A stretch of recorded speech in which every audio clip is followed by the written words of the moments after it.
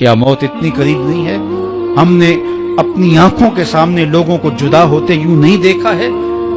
ہم کہتے ہیں اس کی خبر سنا رہے ہو موت کی، یہ تو میں نے ابھی سبزی والی دکان پہ دیکھا تھا۔ لیکن جب موت آتی ہے تو ایک لمحے کا تقدم اور تاخر نہیں ہوتا۔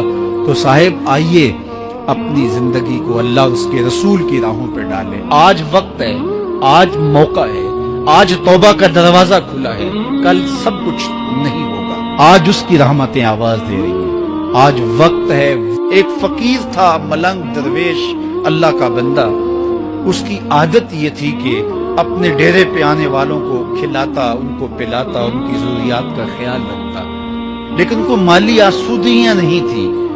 ہوتا یہ تھا کہ بعض اوقات لوگ آتے تو ادھار لے کر کے وہ لوگوں کو کھلا دیتا۔ خیر، کیونکہ فقیر کا مزاج یہ ہوتا ہے کہ لوگ آئیں اس کے ڈیرے سے کھائیں۔ بابا بلے شاہ نے بھی کہا تھا نا، اٹھ کھڑک کے دکڑ بجے تتا ہوئے چلا، آن فقیر کھا کھا جاون راضی ہوئے بلا۔ یہ فقیروں کا مزاج ہے، تو جو بھی آتا اس کے ڈیرے سے کھاتا، اور وہ ادھار اٹھا اٹھا کے لوگوں کی ضروریات کو پورا کرتے رہتے۔ وقت آخر آ گیا، جن لوگوں نے ادھار دیا تھا وہ سارے تقاضا کرنے آ گئے۔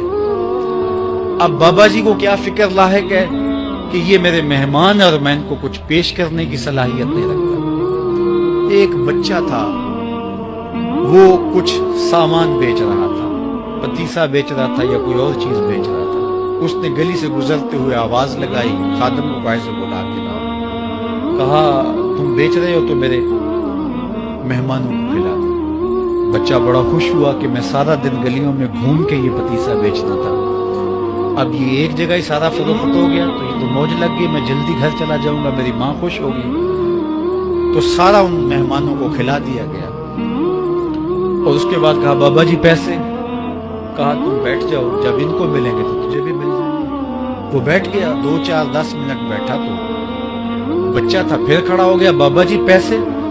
کہا جب ان کو ملیں گے تو تجھے بھی مل جائیں گے۔ پھر آدھا گھنٹہ گزرا تو پھر اس نے کہا بابا جی پیسے؟ میری ماں میرا انتظار کر رہی ہے، ہمارے گھر کا چولہا اسی سے جلتا ہے، میں یہ پیسے لے کر جاؤں گا اور میری ماں کوئی ہنڈیا خریدے گی اور ہم شام کا گھر کا کوئی سلسلہ کریں گے۔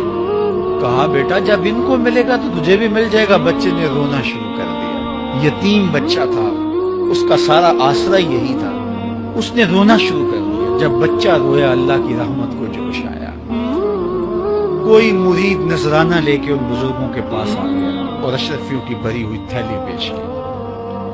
وہ اتنے پیسے تھے کہ اس بچے کو بھی دیے، جتنے لوگ آئے تھے سب کا قرض چکایا، کہا جاؤ گھروں کو۔ تو سب نے کہا بابا جی ہم صبح سے بیٹھے ہوئے تھے تو یہ نذرانہ دینے والا صبح سے نہیں آیا، تو اب کیسے آ گیا؟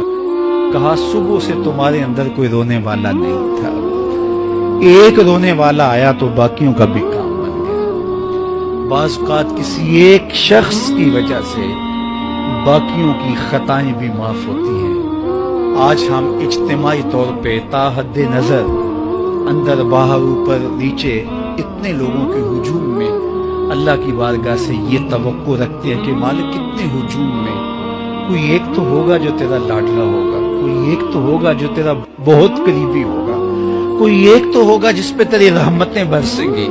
تو مالک اس کے صدقے سے ہماری خطائیں بھی معاف کر دے، ہمارے گناہ بھی معاف کر دے۔ کوئی ایک رونے والی آنکھ مل گئی تو باقیوں کا بھی کام بن جائے گا۔ اٹھ فریدا ستیا تے میلا ویکھن جا، وت کوئی بخشیا مل جاوے تے توں ہی بخشیا جا۔ میرے مالک ہم سب کی خطائیں معاف کر دے، ہم سب سے درگزر فرما، اور ہم سب کے باطن کو ستھرائیاں دے دے، ہمارے اندر کو پاکیزگیاں دے دے۔ بہت وقت میں نے اور آپ نے صاحب گزار لیا، تیزی کے ساتھ زندگی بیت رہی ہے۔ میں اگر اپنے آپ کو دیکھوں تو میری زندگی کتنی بہاریں کاٹ چکی ہے۔ اگر آپ اپنے آپ کو دیکھیں، کوئی 60 سال، کوئی 20 سال، کوئی 25 سال، زندگی تیزی کے ساتھ گزر رہی ہے۔ بندہ جب سوچتا ہے کہ میں 40 سال کا ہو گیا ہوں تو آگے میری زندگی کے اگر 30 سال بھی ہیں تو 30 سال تو کافی ہیں، لیکن وہ پیچھے اگر پلٹ کے دیکھے تو 40 سال یوں گزر گئے جس طرح چٹکی بجائی جاتی ہے۔ جب چٹکی بجانے کے وقت میں 40 سال گزر گئے محسوس ہوتے ہیں، تو جو باقی 30 سال اگر ہوئے بھی وہ تو گمان ہے میرا وہ تو گمان ہے آپ کا، ہمیں تو ایک سانس کا بھی نہیں پتا۔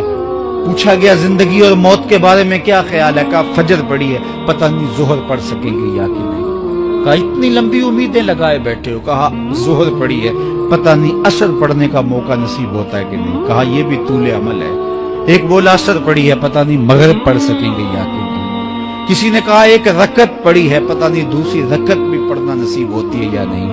کہا یہ سب تمہارے منہوں کی باتیں ہیں، میں تو کہتا ہوں ایک طرف سلام پھیرا ہے، پتہ نہیں دوسری طرف سلام بھی پھیر سکتے۔